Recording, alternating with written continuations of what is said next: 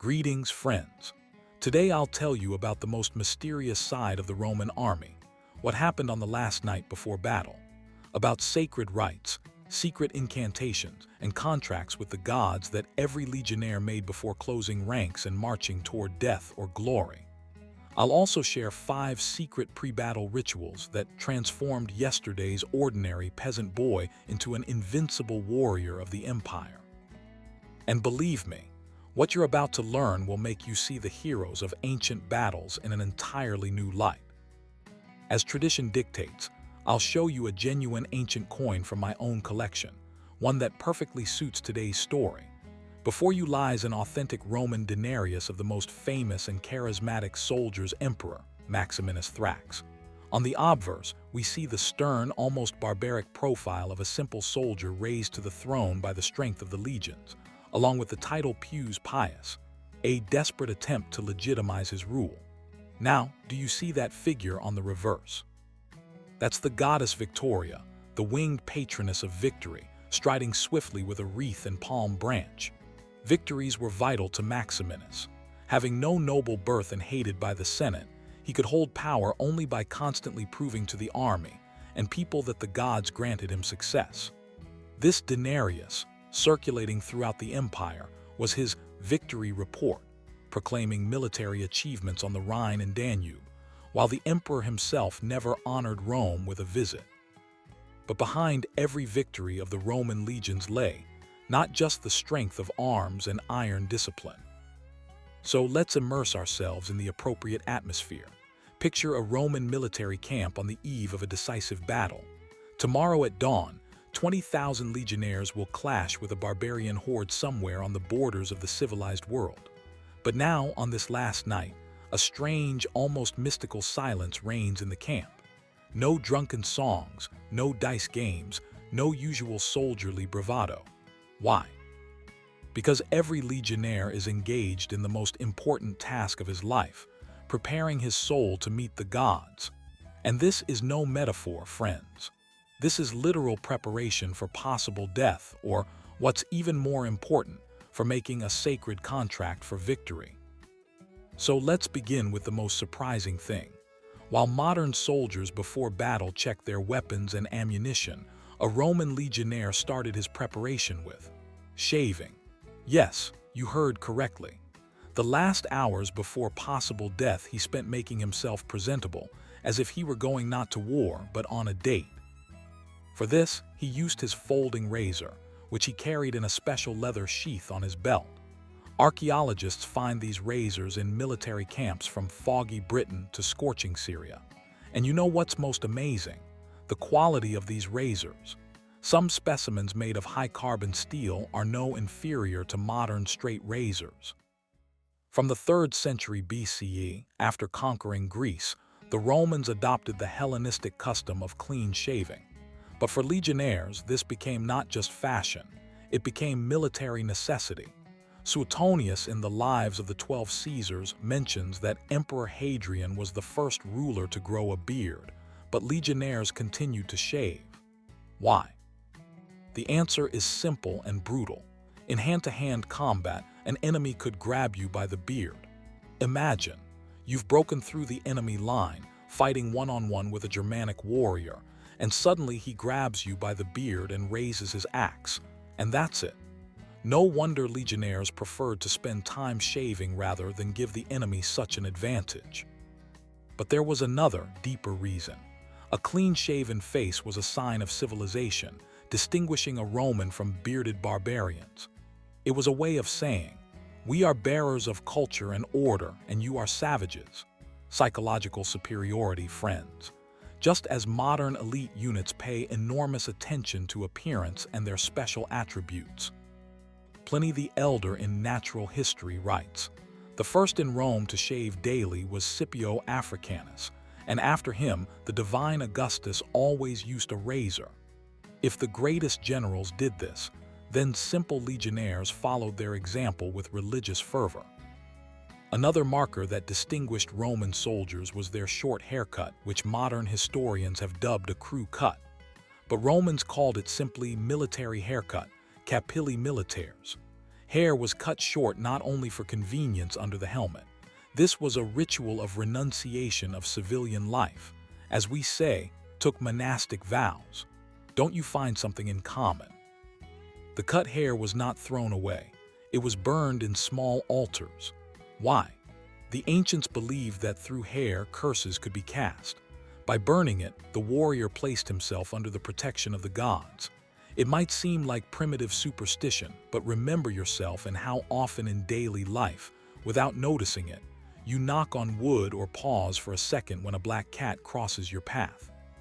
So let's not be too harsh on ancient warriors who, unlike us, very soon indeed faced a cruel and bloody battle. In the military camp at Vindolanda, Britain, archaeologists found a complete set of barber tools, bronze scissors, bone combs, even primitive hair clippers. This in a wild land on the border of the civilized world. But Romans remained Romans everywhere. After the haircut came ablution, but this was no simple washing. This was a genuine purification ritual, lustratio. The legionnaire didn't just wash, he cleansed himself of the defilement of civilian life, preparing to appear before the gods and death pure. Livy in the History of Rome from its foundation describes how King Servius Tullius conducted the first ceremony of lustrum, the ritual purification of the entire Roman people. At the completion of the census, Servius ordered all citizens to appear on the campus Martius with weapons, and there, having arranged the army, performed a purificatory sacrifice. Every legionnaire repeated this sacred act in miniature. The water for ablution was not ordinary, ideally flowing water from a river or spring. If there was none, they used water consecrated by priests. Salt was added to it, a symbol of purity and protection from evil spirits. Some legions serving in the East adopted the custom of adding incense, frankincense, or myrrh. For example, in the Syrian-Roman military camp at Dura Europos, archaeologists found remains of military baths, thermae. Even in the desert at the edge of the world, Romans built a bathhouse for ritual ablutions. That's what serious approach to spiritual preparation means. But the most important thing followed after ablution. The legionnaire took from his chest a special tunic, tunica munda, the clean tunic.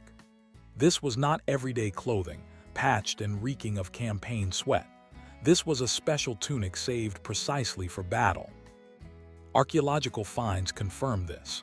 At Masada, where a Roman garrison perished in 73 CE, textile remains were found. Analysis showed legionnaires had at least 2 tunics, everyday ones of rough wool, and parade, ones of finer fabric, sometimes even with woven purple threads, the imperial color. Why was this so important? Remember Suetonius's words about Emperor Vespasian. Dying, he rose from his bed and said, "An emperor should die standing." So too a simple legionnaire. He should meet death in clean clothes, as befits a Roman citizen. To put on a dirty tunic before battle meant to incur the wrath of the gods. This was as much sacrilege as entering a temple in dirty shoes. And battle, by Roman understanding, was a sacred act, an act of service to the gods of war. But that's not all. After donning the clean tunic, the legionnaire rubbed his body with consecrated oil. This was no whim. Oil protected the skin from chafing by armor. An hour of battle in 20-kilogram armor under the blazing sun, and without oil, the skin would turn into a bloody mess. Salt and herbs were added to the oil. Which ones exactly? That was the military secret of each legion. Modern chemists, having analyzed remains of oils from Roman military camps, were delighted. It turns out many herbs have antiseptic properties. Wounds rubbed with such oil festered less often. Coincidence, or millennia of experience? I think the answer is obvious. And now, friends, we move to the most mysterious part of preparation. After the body was cleansed and clothed in clean garments, the preparation of the spirit began. Every legionnaire had his set of amulets. This was not officially permitted. Moreover, military regulations forbade superstitions. but try to forbid a soldier to believe in luck. Even stern centurions turned a blind eye to this, because they themselves wore amulets under their armor. Most popular was the fascinum, a phallic amulet against the evil eye. Don't laugh. For Romans, the phallus was not an object of crude jokes but the most powerful protective symbol. Pliny the Elder in Natural History writes, "The fascinum protects from envy and the evil eye not only infants but also generals. It is hung under the chariots of triumphants, guarding against the envy of the crowd." British archaeologist Adam Parker from the Yorkshire Museum studied more than 500 Roman amulets found in military camps. The results are astonishing. Fascina were made from all possible materials: bronze, silver, bone, even fired clay. Sizes from tiny nail-sized to impressive 10-centimeter ones. They wore them everywhere possible. On the neck under the tunic on a leather cord. Sewn into the lining of the cloak. Hidden in special pockets inside caligae, military sandals. Woven into portupee straps. Even soldered to the inside of helmets. In 2017, in Northumberland, during excavations at the famous Vindolanda fort at Hadrian's Wall, they found a unique amulet. On the amulet was depicted a clenched fist in a gesture known as manu fica, or fig. In this gesture, the thumb is inserted between the index and middle fingers.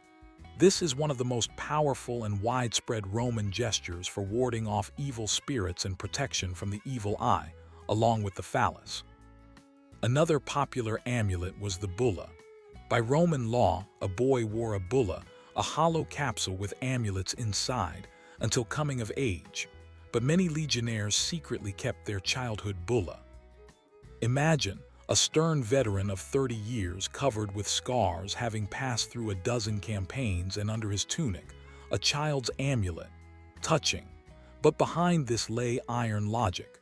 The bulla protected in childhood, why wouldn't it protect further?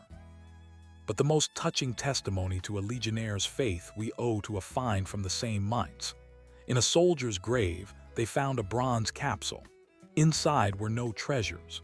There lay a mixture of ash from sacrificial animals and medicinal herbs, everything that, in the soldier's opinion, could give him strength and protect from wounds. And in Germany, at the Eining camp, archaeologists opened another bulla. Inside they found a complete field medic's kit, seeds of poisonous henbane, a powerful painkiller, juniper berries for protection from infections, and fern spores, considered a magical plant.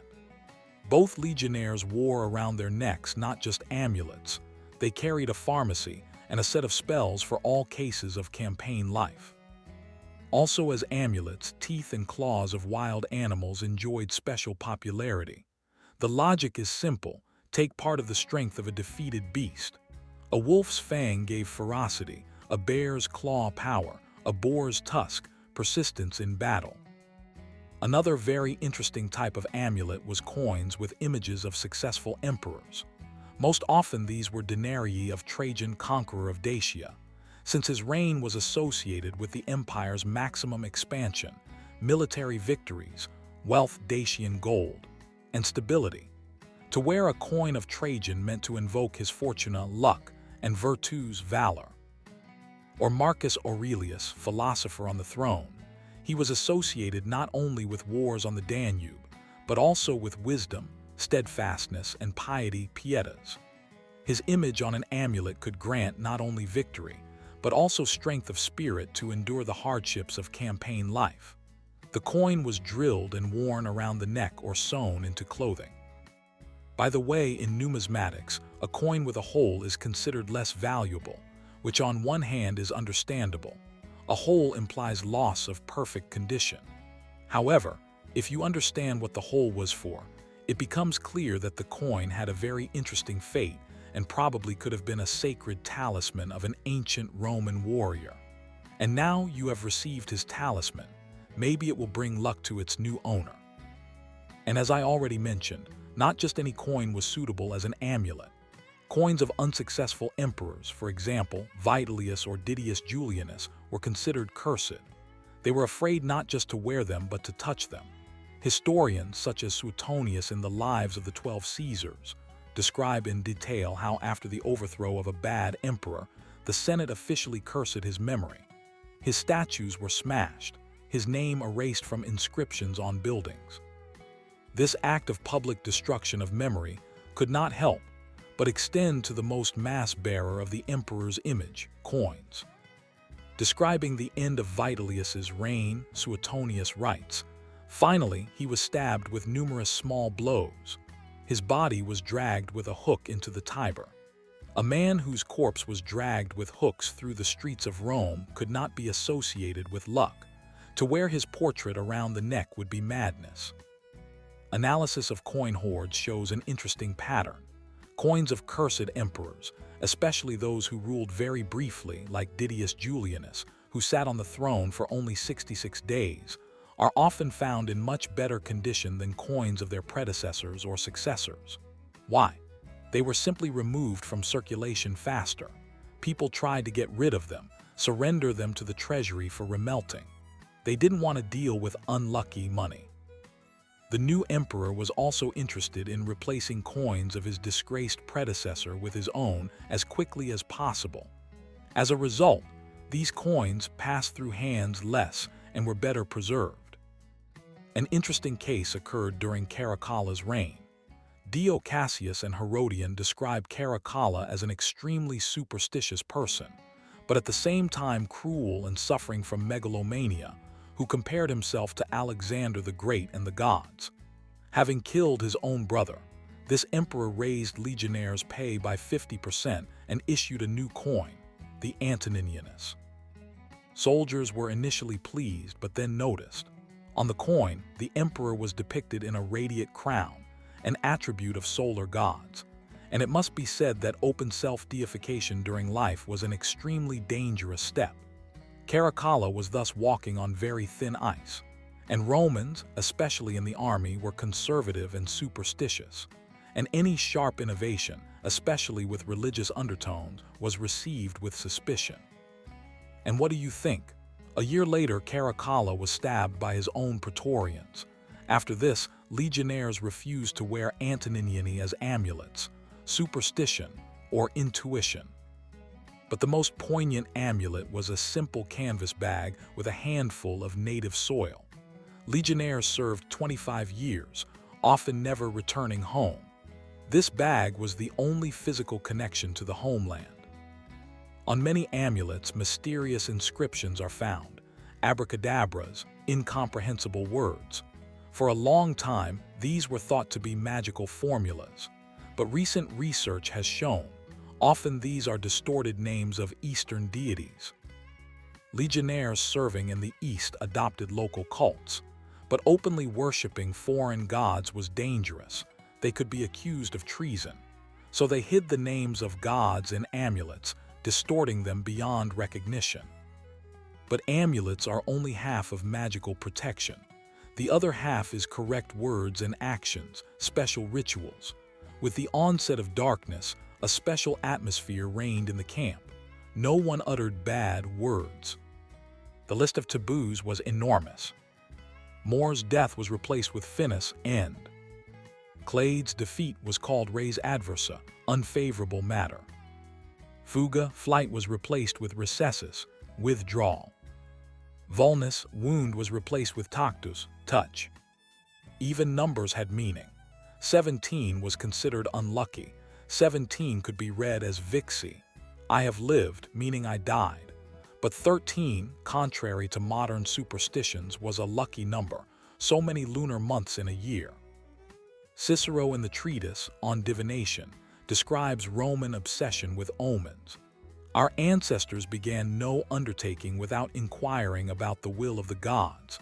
Private persons had their priests, and no decision of state importance was made without consultation with augurs. If ordinary citizens were so dependent on omens, what about soldiers before battle? The slightest accident could be interpreted as a sign from the gods. A sword fell death in battle, but if it stuck in the ground point first, victory. Stumbled when leaving the tent with the right foot, luck. Left, expect trouble. Sneezed once bad, twice good. 3 times the gods are laughing at you. But the most terrifying was the ritual of complete silence. An hour before dawn, when preparation for departure began, deathly silence reigned in the camp. 20,000 people put on armor, checked weapons, and not a sound. Tacitus describes this in the Annals. The Roman camp before battle presented an amazing sight. Thousands of warriors moved in the pre-dawn gloom like shadows, uttering not a word. Barbarians thought that ghosts were coming at them. Silence had sacred meaning. It was believed that in these minutes, gods descended into the camp to choose whom to take with them. Any sound could attract their attention, and who wants to be noticed by the god of death? Now we approach the most important part of preparation, prayers. And here the Roman religious system showed all its genius. A Roman didn't rely on one god. He created an entire coalition of heavenly patrons. At sunset, a centurion or senior officer conducted a general ceremony of army purification, lustratio exercitus. This was an ancient ritual dating back to the times of kings. Livy describes the classic lustration. The consul ordered all warriors to gather on the plain. There he performed lustrum, leading sacrificial animals around the army, a pig, sheep, and bull. The animals were led around the formation 3 times, then slaughtered and sacrificed to Mars. Picture this scene. 20,000 people stand in full armor. Around them, animals are led, future sacrifices. Priests sing ancient hymns in archaic Latin that few understand anymore. Smoke from altars rises to heaven, mysticism at its finest. But in campaign conditions, the full ceremony was rarely performed. Where to get a bull in Germanic forests, so they made do with a simplified version, slaughtering a rooster for the bull, a lamb for the sheep, and a piglet. Sometimes even this wasn't available. Then they sacrificed wine and incense. After purification came the official prayer. They addressed the main patron gods of Rome. Jupiter, the supreme god, guarantor of Roman power. He was invoked first. Jupiter, father of gods and men, grant strength to our weapons, terror to the hearts of enemies. Mars the father, Mars Pater, the ancient god of war, father of Romulus, but legionnaires more often addressed Mars the Avenger, Mars Ultor, a cult established by Augustus after the return of Parthian standards. Mars Avenger, lead us to victory as you led our fathers. Minerva, goddess of wisdom and just war. She was invoked for tactical cunning. Minerva, let us see the enemy's weakness and the strength of our formation. Victoria, the winged goddess of victory, the youngest of the war gods but most beloved by legionnaires. Victoria, cover us with your wings. But after the official part, each legionnaire withdrew for personal prayer, and here the most interesting began. Every Roman had his genius, a personal guardian spirit. This was not an angel guardian in the Christian sense, but rather a personification of a person's life force. The genius was born with the person and died with him. The genius was addressed informally like an older brother.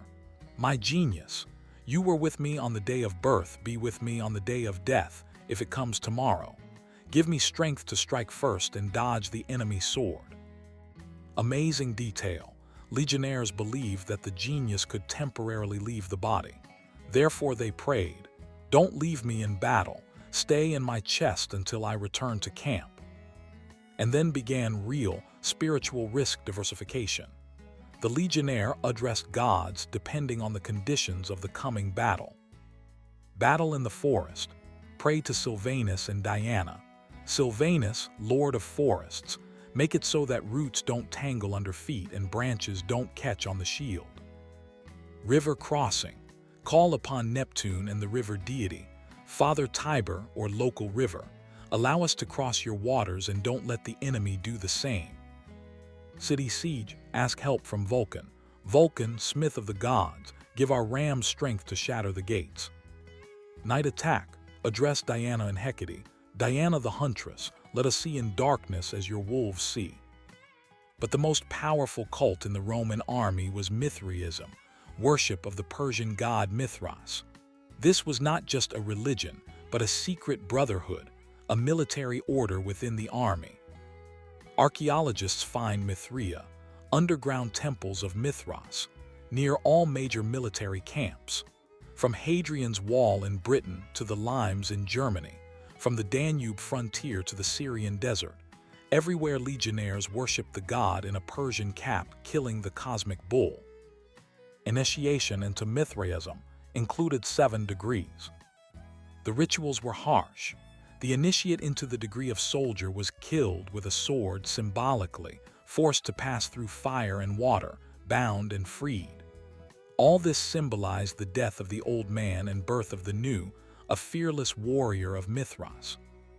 But most importantly, Mithraists believed in the immortality of the soul of a warrior fallen in just battle. Mithras personally met heroes and escorted them to eternal feast in heavenly halls. For a legionnaire going to death, what could be more comforting? In general, Romans were amazingly tolerant in religious matters. A legionnaire from Gaul calmly prayed to Epona, the Celtic goddess of horses. A Syrian called upon Baal, a Thracian to the hero rider, and no one saw contradiction in this. Moreover, Romans actively adopted local gods. A classic example, an inscription from Britain, dedicated to Mars Cassidius. Cassidius was a local Celtic deity. Romans simply declared him a local manifestation of Mars. This religious flexibility gave psychological advantage. Barbarians prayed only to their gods, Romans to all at once, as said in the famous series, to gods both old and new. Legionnaires joked that, while a German asks help from one Wotan, I've already made deals with a dozen gods. And maybe they weren't joking. And now, friends, we've reached the culmination of all nighttime preparation before battle, the moment when the legionnaire made a personal contract with the gods. Vadam, a sacred vow, was the pinnacle of religious preparation for battle. And this was the most serious deal in a Roman's life. Roman religion was fundamentally different from modern monotheistic religions. It was built on the principle, I give so that you may give. This was not an act of humble worship, but a business agreement between equal partners. Imagine, a legionnaire doesn't beg mercy from the gods. He offers them a deal. I'll give you this if you give me that. Pure business, no sentimentality. Marcus Tullius Cicero in the treatise on the nature of the gods explains this concept. Piety is justice toward the gods. As with everyone we deal with, we must act honestly with the gods, fulfilling our obligations. See, gods are business partners, nothing more. But precisely because of this, breaking a vadam was more terrible than stealing from a comrade. Deceiving a man is bad. Deceiving a god is suicide. Making a vadam was a whole art. One had to correctly formulate conditions so as not to leave loopholes for either oneself or the god. Romans were a legally sophisticated people.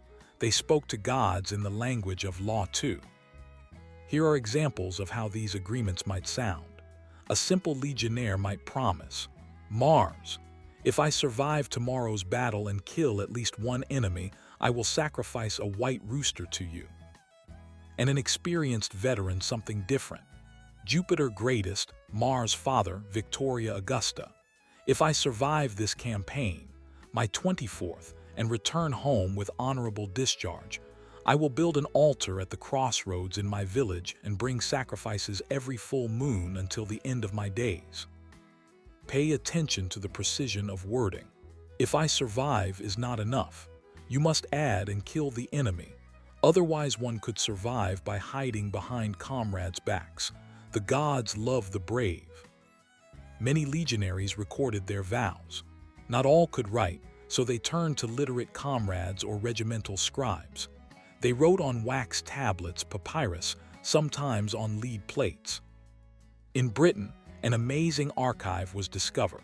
About 130 lead tablets with curses and vows from the temple of Suli's Minerva in Bath. Among them were the voda of legionaries from the Second Augusta Legion. One soldier promises the goddess a tenth of his booty if he finds whoever stole his cloak. Yes, indeed, Voda were made not only before battle, lost something in camp, promised the god a reward for finding it, fell ill, promise a sacrifice for recovery, fell in love with a girl, ask Venus for help for the appropriate fee. And here we approach the most mysterious ritual, applying secret signs to the inner side of the shield. Archaeological finds confirm this was a widespread practice. In Duriaropos, Syria, perfectly preserved shields from the 3rd century were found. On the inner side, scratched inscriptions and symbols, initials of gods, magical symbols, pentagrams, swastikas, eyes, personal marks of the owner, sometimes the first words of a prayer. But most interesting, these signs were applied precisely on the night before battle. Fresh scratches over old paint prove this. The legionary literally programmed his shield for protection. Imagine this scene. By the light of an oil lamp, a soldier scratches sacred symbols into wood with his dagger. His hand trembles not from fear, but from the importance of the moment. He creates magical protection, a contract with the gods, written on what tomorrow will save his life or not. After battle, if the legionary survived, came the critical moment, fulfilling the vow. And Romans approached this with all the seriousness of accountants. Throughout the territory of the empire, archaeologists find thousands of votive tablets and altars with the characteristic abbreviation Votum solvit libens merito, vow fulfilled willingly and deservedly. This was a kind of receipt for payment. Imagine, the god fulfilled his part of the deal, the legionary survived. Now the man fulfills his, brings the promised sacrifice and leaves a check, a votive tablet. But what happened if the legionary didn't fulfill his vow? Oh, friends, this was a catastrophe worse than death.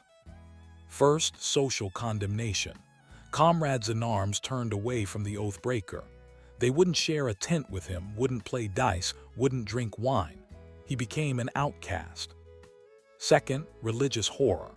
Romans believed that deceived gods take revenge not only on the violator, but on his descendants to the 3rd generation. Children and grandchildren would be cursed because of your greed. Third, psychological nightmare. Every failure was now perceived as the gods' revenge. Stumbled, the gods remind you of your debt. Fell ill, divine punishment. Wounded in the next battle, payback for deception. Tacitus in his Histories tells a chilling case. A legionary made a vow to Mars to sacrifice a captured enemy. He survived but took no prisoners. So he sacrificed his Germanic slave. Technically, the vow was fulfilled. A German was an enemy of Rome, but his comrades considered this sacrilege. The legionary was found dead 3 days later. Either he killed himself or was helped. And now 5 mind-bending facts about Roman military rituals. The divine theft, evocatio. This was called stealing foreign gods. This was a brilliant ritual that few know about. Before storming an enemy city, Roman priests conducted evocatio, a formal invitation to the enemy's patron gods to switch sides to Rome. Macrobius in Saturnalia provides the exact formula, god or goddess under whose protection this city lies. I pray and beseech you to abandon this people and city, leave their temples and shrines and come to Rome to us. May our city, temples and shrines be dearer to you. If you do this, I promise to build you temples and establish games. And it worked, psychologically of course. The city's defenders, learning of the evocatio, lost heart. What if their gods had betrayed them? And after taking the city, Romans actually built a temple to the deity and took its statue to Rome. Brilliant. The most famous case, the evocatio of Juno from the Etruscan city of Veii in 396 BC. Livy tells that when Roman soldiers entered the temple, one asked the statue, "Do you want to come to Rome?" And the statue nodded. Mass hallucination, or did the priests arrange it? It doesn't matter, Veii fell. The ultimate sacrifice, Devotio. In critical situations, a Roman commander could perform Devotio, dedicating himself to the underworld gods along with the enemy army. This was an act of magical suicide. Livy describes in detail the Devotio of Consul Decius Mus at the Battle of Vesuvius, 340 BC. Decius ordered the pontiff Marcus Valerius to pronounce the dedication formula. Dressed in the praetexta, covering his head and touching his chin with his hand extended from under the toga, standing with his feet on a spear, he spoke. Janus, Jupiter, Mars the Father, Quirinus, Bellona, Lares, gods of strangers and underworld gods, I invoke and beseech you, grant strength and victory to the Roman people and strike the enemies with terror, fear, and death. As I have spoken these words, so for the Republic I devote to the underworld gods and to earth myself and the enemy legions. After this, Decius spurred his horse and crashed into the thick of enemies. The Latins recoiled in horror. No one wanted to kill a man dedicated to the gods, but spears flew by themselves. Decius died, riddled with javelins, but the Romans won the battle. The enemies were paralyzed by superstitious terror. Most amazing, this Decius's son repeated his father's Devotio 45 years later at the Battle of Sentinum, a family tradition. In his treatise On the Limits of Good and Evil, Cicero writes that the third Decius, grandson of the first, was also ready to perform Devotio in battle against Pyrrhus. But Pyrrhus, knowing of this family tradition, allegedly sent word to the Romans that he would not allow Decius to do this and would order him taken alive. Only for this reason was he dissuaded by his comrades. This confirms the very fact of the intention, and that fame of this ritual thundered throughout the ancient world. The feathered strategists, sacred chickens. Every legion kept sacred chickens for divination before battle. The Polarius chicken priest threw them grain. If the birds ate with appetite so that grain fell from their beaks, an excellent omen. If they refused to eat, trouble. Cicero in On Divination tells of the skeptic Publius Claudius Pulcher. Before the sea battle at Drepana 249 BC, the chickens refused to peck. If they don't want to eat, let them drink, he exclaimed and ordered them thrown overboard. The result? Crushing defeat, loss of most of the fleet. But the funniest thing, the system was corrupted. Hungry chickens always peck actively. So before important battles, Polari simply didn't feed the birds for a couple of days. The gods love to eat. The eagle's sacrifice, decimation. Everyone knows about decimation as the execution of every 10th man in an offending unit, but few know the ritual background. According to religious scholars, decimation was not just punishment but expiatory sacrifice. To whom? To the legion's eagle, the sacred standard. The attitude toward the legionary eagle was religious. They erected altars to it, brought sacrifices, swore by it. Loss of the eagle was not just shame, it was sacrilege, an insult to the deity. Therefore, decimation was a way to appease the offended eagle. The blood of their own soldiers, atonement for cowardice. Cruel, certainly, but logical within the framework of Roman thinking. Tacitus mentions a case when legionaries themselves demanded decimation after an unsuccessful battle. They feared the eagle's wrath more than death. The commander refused, but the soldiers took justice into their own hands.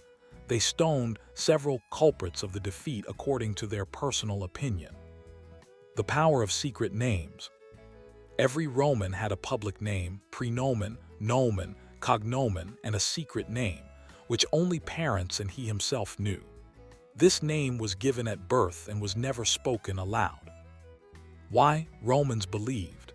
Knowing the true name gives magical power over a person. An enemy, learning your secret name, can send a curse from which there is no protection. Among legionaries, this practice acquired special meaning. On the night before battle, many pronounced their secret name for the first time in years, but only mentally, addressing their genius. This was a way to activate all their life force. By the way, Rome itself also had a secret name. Only the highest priests knew it, and revealing it was punishable by death. According to one version, it was Flora. According to another, Angerona. But most likely, we will never know the real name. Romans knew how to keep secrets. Friends, let's now put the whole picture together. What happened to a legionary during this long night of preparation? In the evening, an ordinary person entered the tent, a peasant from Umbria or a craftsman from Campania. Tired after the day's march, dirty, perhaps frightened by the coming battle. This transformation was not just a ritual. It was a brilliant psychological program that turned an ordinary person into an ideal warrior. Now let's honestly compare with the modern army. Yes, we have psychologists. Yes, motivational talks are conducted. But the modern soldier goes into battle thinking, I hope I'm lucky. I hope I survive to get the money promised to me, because if I die, then it all makes no sense. Essentially, mercenary psychology. While the Roman legionary went with confidence, I did everything right. The gods are on my side. If I die, I'll go to the eternal feast with Mithras. If I survive, I'll fulfill my vows. See the difference? The modern person hopes for chance. The ancient one controlled the situation, at least in his understanding. Who is psychologically stronger? We laugh at their amulets, and we ourselves wear lucky socks to exams. We consider their Vadam primitive superstition, and we ourselves make New Year's resolutions. Only we break our promises without consequences, while they believed in the inevitability of divine punishment. No wonder Roman legions conquered half the world. Their secret weapon was not only discipline and tactics, but also unshakable faith in their righteousness and divine support. You know what's most amazing? Many Roman military rituals have survived to our day. Oath on the banner, direct heir to the oath to legionary eagles, military tattoos, modern version of magical signs on the body, talismans and amulets. Look at what soldiers wear in hot spots, from crosses to Buddhas, from Quranic verses to photos of loved ones. Even the U.S. Marine Corps motto, Semper Fidelis, always faithful, is pure Roman heritage. And their Marine initiation ritual, what is it but initiation into the cult of Mithras? So what is the main secret of Roman legionaries? Not in amulets, not in sacrifices, not in magical formulas. The secret is that they created a system that gave a person a sense of control over his own fate. In a world where death lurked around every corner, where gods were capricious and enemies cruel, the legionary felt, I did everything I could. Now come what may. This freed him from paralyzing fear. This gave strength to fight to the end. This turned simple people into heroes. And finally, what I haven't told you yet. In the morning, just before departure, the last ritual was conducted. A general cry, the legion's battle cry. 20,000 throats simultaneously shouted, Mars Victor, Mars the Victor, or Roma Eterna, Eternal Rome. The sound was so powerful that birds fell from trees and enemy horses shied in terror. But this was not just a cry. It was the last appeal to the gods, the final seal on all-night contracts. With this cry, legionaries told the heavens, we are ready, lead us. And the gods led. Through Gallic forests and Germanic swamps, through Syrian deserts and British mists, led to victories and defeats, to glory and death, but always with the dignity of Roman citizens, ready to pay their debts. And you know what? These rough soldiers, these superstitious warriors created a civilization that lasted 1,000 years. Their roads still stand. Their law became the foundation of modern legislation. Their language became the basis for dozens of modern languages. Maybe it's not just about roads and laws. Maybe it's about the fact that they knew how to negotiate with the heavens, and they kept their promises to both people and gods. I promised to tell you about the secret rituals of Roman legionaries, and I did. Now it's your turn to fulfill your part of the contract. Put a like, write a comment, share this video with friends. And that's all for today. This was Kirill. May both old and new gods protect you from troubles, and modern algorithms bring you to my channel. See you in the next episode.